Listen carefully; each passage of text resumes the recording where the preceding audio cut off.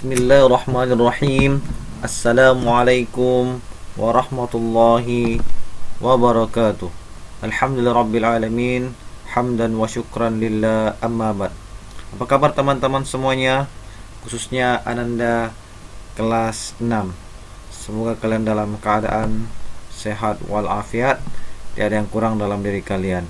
Nah, teman-teman, kali ini berjumpa lagi dengan Kak Rizal dalam pembelajaran Al-Islam, materi yang terbaru. Teman-teman, kemarin kita telah mempelajari materi bab 4 tentang fikih, tentang bersuci dari hadas besar. Nah, kali ini teman-teman akan mempelajari tentang dakwah Nabi Muhammad SAW periode Mekah. Dari itu teman-teman, saksikan terus video ini dari awal sampai akhir agar kalian dapat memahaminya. Baik, sebelum kita belajar, alangkah baiknya kita berdoa terlebih dahulu. Berdoa mulai. Bismillahirrahmanirrahim. Rabbi zidni ilman warzuqni fahman. Doa selesai.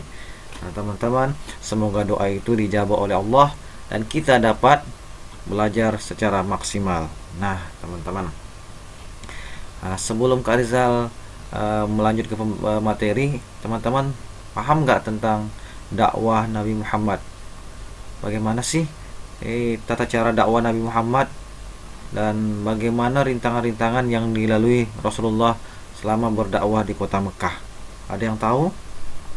Nah, kalau tidak ada yang tahu, mari kita saksikan pembelajaran tersebut. Nah, baik. Sebelum ke materi, teman-teman harus memahami standar kompetensinya. Yang pertama, teman-teman membiasakan diri meneladani Nabi Muhammad SAW. Yang kedua, kompetensi dasarnya menjelaskan peristiwa dakwah Nabi Muhammad SAW di Mekah. Yang ketiga, menjelaskan sikap kafir Quraisy terhadap Nabi Muhammad SAW ketika berdakwah di kota Mekah. Yang terakhir, teman-teman menyebutkan sifat-sifat keteladanan Nabi Muhammad SAW pada periode Mekah. Nah, pertemuan pertama ini kita hanya menjelaskan peristiwa dakwah Nabi Muhammad SAW di Mekah. Dalilnya teman-teman bisa dibuka buku halaman 68 di buku Al-Islam agar kalian lebih memahaminya. Bismillahirrahmanirrahim. Man ra'a minkum munkaran falyughayyirhu biyadihi fa illam yastati' fa bilisanihi fa illam yastati' biqalbihi wa zalika adhaful iman. Nah, teman-teman, yang artinya barang siapa di antara kalian melihat kemungkaran, hendaklah ia mengubah kemungkaran itu dengan tangannya. Jika tidak mampu, hendaklah dengan lisannya. Jika tidak mampu lagi, hendaklah dengan hatinya. Dan yang demikian adalah selemah-lemahnya iman. Jadi hati kita tidak terima kalau terjadi sesuatu yang melihat kita itu adalah perbuatan yang buruk, ya. Maka dari itu kita harus berbuat sesuatu dan kemungkaran itu tidak terjadi. Nah, inilah yang dilakukan Rasulullah setelah ia berdakwah. Terjadilah kemungkaran di muka bumi ini, khususnya di kota Mekah, dan ia akan merubahnya dengan kepribadian yang lebih baik dan menyembah Allah dengan agama Islam. Nah, teman-teman, selanjutnya kita harus mengamati gambar. Yang pertama, kita gambar poin 5.1. Nah, ini gambar Rasulullah berdakwah. Selanjutnya gambar 5.2. Ada yang bisa memahami gambar di atas, teman-teman? Nah, gambar di atas adalah gambar yang akan kita bahas di pertemuan kali ini. Maka dari itu teman-teman, saksikan terus agar kalian memahami materi tentang sejarah kebudayaan Islam di halaman di 68 sampai seterusnya. Nah, baik teman-teman,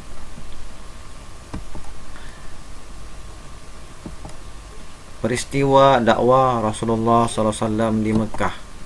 Nah, peristiwanya tentu yang pertama kita akan bahas kondisi masyarakatnya, teman-teman. Kondisi masyarakat pada saat itu, nah, awal Nabi berdakwah, kondisi kota Mekah, di mana kondisi masyarakat itu benar-benar dalam kondisi jahiliyah. Apa itu jahiliyah? Kondisi masyarakatnya dalam keadaan kebodohan, menyimpang jauh dari ajaran agama. Makanya datangnya Rasulullah mengajarkan kepada mereka tentang agama yang benar, agama yang lurus, dan merubah akhlak perilakunya, dan menyuruh kepada masyarakat untuk menyembah, bertauhid kepada Allah Subhanahu wa taala. Jadi masyarakat jahiliyah seperti hewan teman-teman, yang mana yang lemah akan tertindas dari yang kuat. Ya teman-teman. Selanjutnya kita paham masyarakat di sana menyembah berhala. Ya, di kota Mekah ada Ka'bah, disandingkanlah berhala-berhala yang disembah. Di antaranya adalah bernama Hubei, Lata, dan Uzza. Kondisi masyarakat yang sangat luar biasa kerasnya pada waktu itu. Selanjutnya teman-teman, diangkat menjadi rasul. Singkat sekali ya Kazal, persingkat materinya. Diangkat menjadi rasul. Nabi Muhammad SAW diangkat menjadi rasul pada tanggal 17 Ramadan, ya, bertepatan 13 tahun sebelum Hijriyah, 610 Masehi. Ketika beliau sedang bertahanus di Gua Hira. Umur beliau saat itu sekitar 40 tahun. Ya, bertahanus di Gua Hira. Usianya sekitar 40 tahun. Nah, kita kira-kira dekat Jabal Nur, ya teman-teman, di kota Mekah.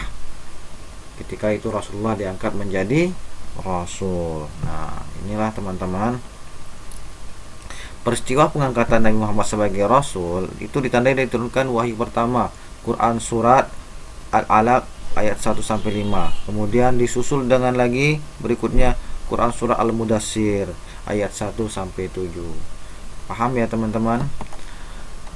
Teman-teman bisa membuka buku halaman 69 tentang dakwah Nabi Muhammad SAW di periode Mekah. Nah, adapun materi dakwah yang disampaikan oleh Rasulullah SAW itu ada 4 poin. Nah, di awal dakwah ini ajaran ini dikhawatirkan berupa, nah, yang pertama, Rasulullah mengajarkan tentang keesaan Allah Subhanahu wa taala. Siapa sih yang berhak disembah? Siapa yang menciptakan alam jagat raya ini seisinya? Siapa yang memberikan hujan, memberikan rezeki, yang mematikan, yang menghidupkan, yang patut disembah? Kerajaan langit dan bumi dikuasai oleh Allah Subhanahu wa taala. Itu tentang keesaan Allah. Nah, yang kedua, kesucian jiwa, kebersihan rohani kita, kesucian jiwa. Nah, Rasulullah berdakwah ada pertama keesaan Allah, kesucian jiwa. Yang ketiga, tentang hari kiamat sebagai hari pembalasan di akhir kelak. Nah, itu materi dakwah Rasulullah. Yang terakhir teman-teman, Rasulullah mempersaudarakan, mempersatukan masyarakat di kota Mekah, dan banyak sangat Bani Quraiza, Bani Quta'a yang Rasulullah persatukan, dan tidak ada terjadi sekat antara kulit hitam dan kulit putih, antara si kaya dan si miskin. Itulah materi dakwah Rasulullah. Tidak melihat antara budak dan majikan, tidak ada perbedaan di mata Islam. Itulah materi dakwah yang sangat luar biasa yang disampaikan oleh Rasulullah Muhammad SAW. Lanjut ya teman-teman, kita lanjut ke pembelajaran strategi dakwah.